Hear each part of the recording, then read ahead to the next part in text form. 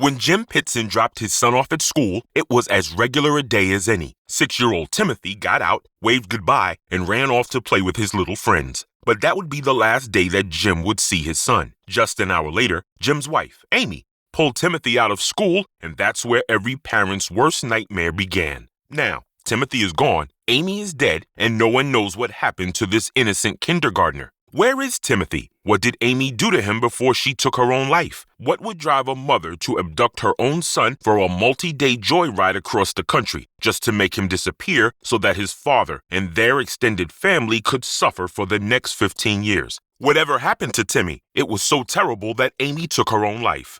Let's get into it.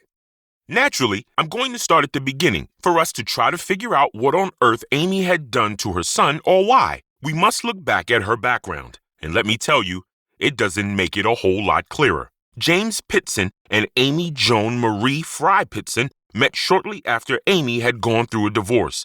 She was deeply depressed, but together with professional help, she and Jim were navigating her mental struggles very successfully.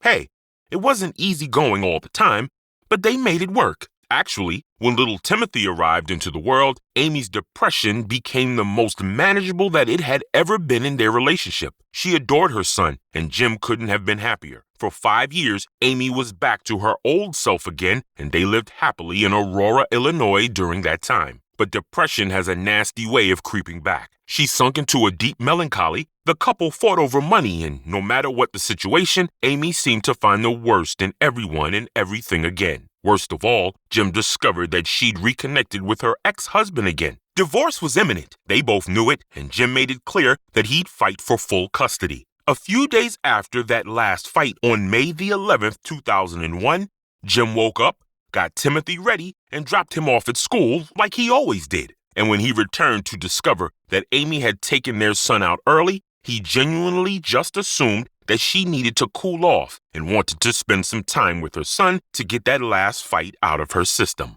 I'd go to Greenman Elementary. This teacher goes, "What are you doing here?" I'm like, "Get Timothy. He's already gone." And I'm like, "What do you mean?" I'm like, so I buzz into school and I go, "My son's not here. His teacher said he left at like 8:15. Can I see who checked him out?" And they said, there was her name at 8:15, checked him out of school. You dropped him at what time? 8 o'clock, 7:45, 8 o'clock. So you were barely gone before she picked him up. Yeah.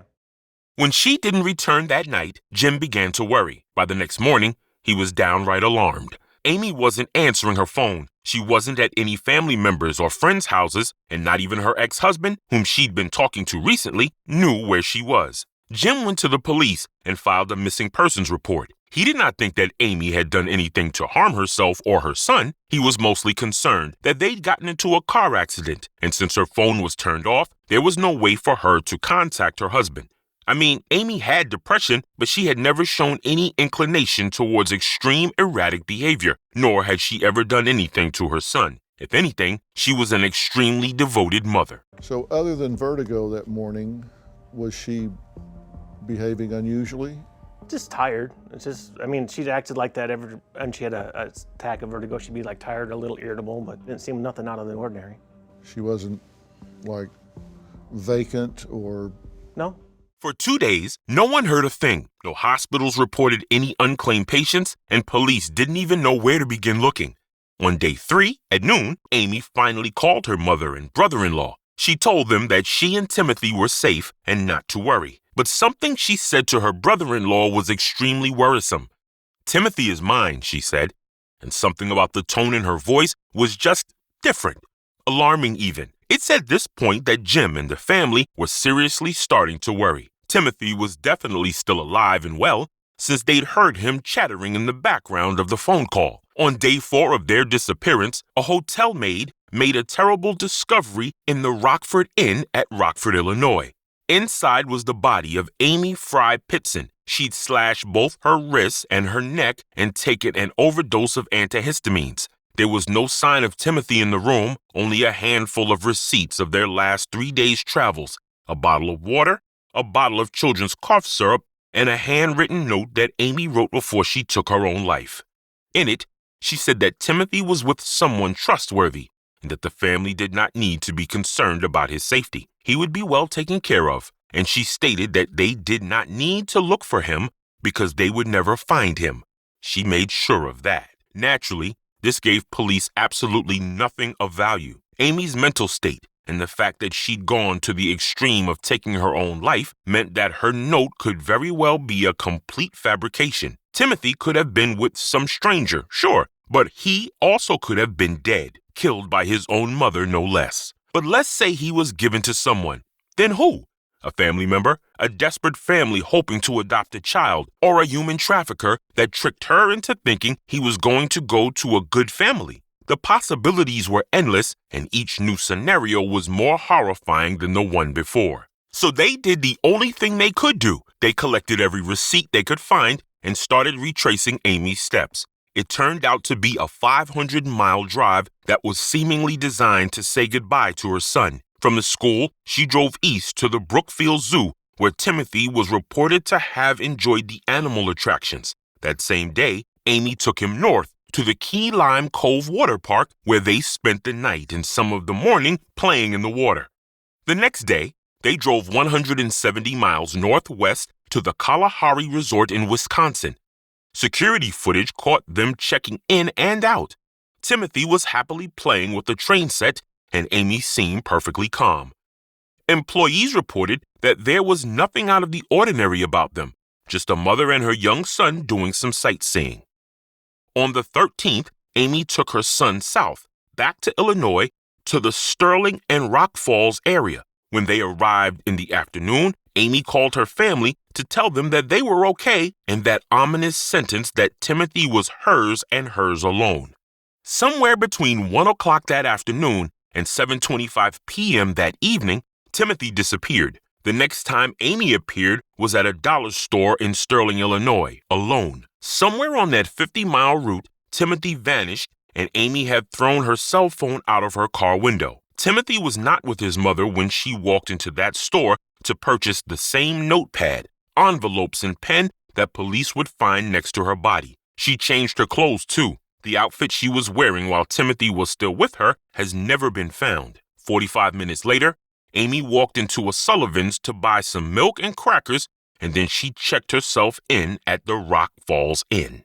On both occasions, Amy looked so ordinary. There's no obvious agitation in her posture, and clerks didn't recall any odd behavior. She checked into the motel without her 6-year-old son, and that's where she'd take her own life, leaving only a cryptic note behind and more questions than answers. Between the 3 hours after being caught on CCTV at the Sullivans, she changed clothes, written letters to her family, mailed those letters, and wrote the note that police found next to her body. Changing her clothes tells me she wanted to obscure evidence, possibly damning evidence, that could tell us whether Timmy is dead or alive. Predictably, the first place police looked was into every family member and friend that they could find, hoping desperately that Amy had left her son in the care of someone she knew. They found squat. Not a single person known to Amy was anywhere close to where she and Timmy were traveling. A few days later, Amy's mother and a few other close family members received letters in the mail. It basically said the same thing as her hotel note. She apologized for the mess that she'd made and assured them that Timothy was with someone who loved him, and she doubled down that they shouldn't waste their time to try to find him. He was safe and would be hidden from everyone no matter how hard they tried to find him.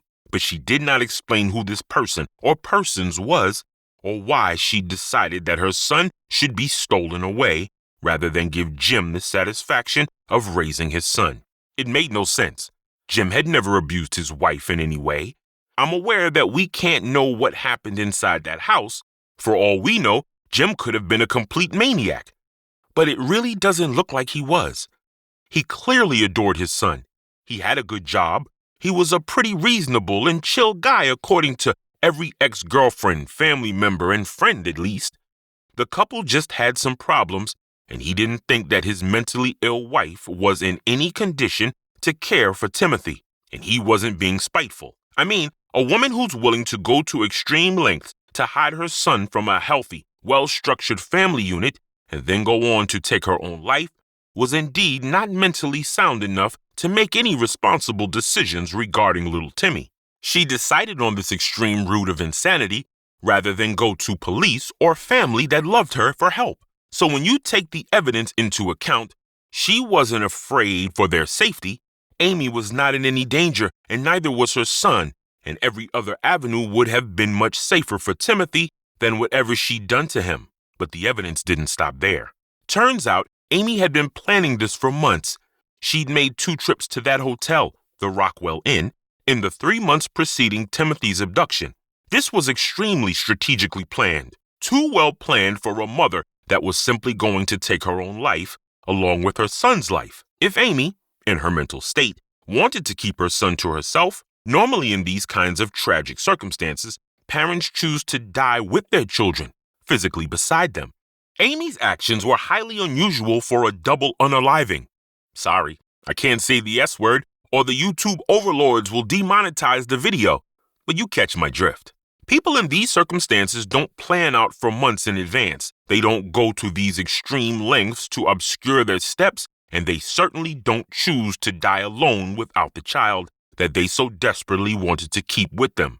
Besides, none of Timothy's possessions have ever been located. Why bother getting rid of a toothbrush, clothes, and toys if she was planning for him to die anyway? That's why Jim, the family, and the FBI seriously believe that Timothy could very well be alive, but where he is or with whom is anyone's guess. There's no trace on Amy's electronics that she was in communication with anyone for those 3 months before the event. So yeah, it haunts everybody who works on this case because it's the unknown. We don't know, is Timothy out there alive somewhere? Is he with some people that Amy, selected and gave him to, or is he out there somewhere else? Her car yielded a bit more to consider. On the rear bumper, they found gravel and grass, meaning that she backed into a dirt road at one point. Actually, the amount of information they were able to get off the grass and sand kind of blows my mind at how cool technology has gotten. The area had never been farmed. There had to have been a body of water nearby. They identified spruce and birch trees and various different weeds and plants that were present, and the gravel on the road had at one point been treated with gravel brought in from elsewhere. So it was probably located on or around private property. But it wasn't a production farm. The plant matter narrowed the search down to Lee County and Whiteside County, but that's still an enormous area to work with.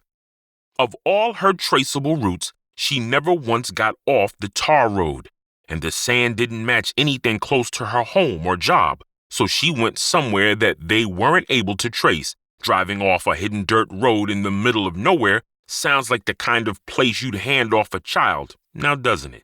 Still, a 50-mile radius is a big search area, and there's more dirt roads out in Illinois than most other states. That radius has been searched more times than I can even count. Cadaver dogs, witnesses, places she stopped. Everywhere has been gone through with a fine-tooth comb. But after 15 years, we're no closer to any answers than the day that the poor boy disappeared off the face of the earth. He'll be 21 years old today, and very likely wouldn't even remember either of his parents. Out there somewhere living life with no knowledge that he's the boy on the missing posters that still has annual searchers going out to find him. That's at least better than the alternative that Timmy never got older than 6 years old. That he's somewhere in a shallow grave and his father, grandparents, aunts, and uncles are forever stuck in limbo, imagining the worst-case scenario, forever haunted by not knowing what happened to their Timothy. Why would a mother do this? Whichever scenario you look at, this is beyond cruel. Had she killed him, she left her son with no grave, no body for the family, making them all suffer for eternity from not knowing what happened to him. If she did give him away, then why take the risk of Timmy ending up in the hands of an incomprehensible abuser, just out of spite? Or was her mental state so fractured that she truly believed that this was the best chance for survival for her beloved son? Or maybe you have some ideas. Maybe I'm being naive to think that Timothy could still be alive out there. Or can you foresee any other scenario that could explain the motive behind her actions or where Timothy might be? Let me know in the comments below, because I'm all out of theories that don't end in tragedy. And, like and subscribe while you're at it. See you in the next one, people. Near, near, near, near. Who's knocking on my tail? Near, near, near,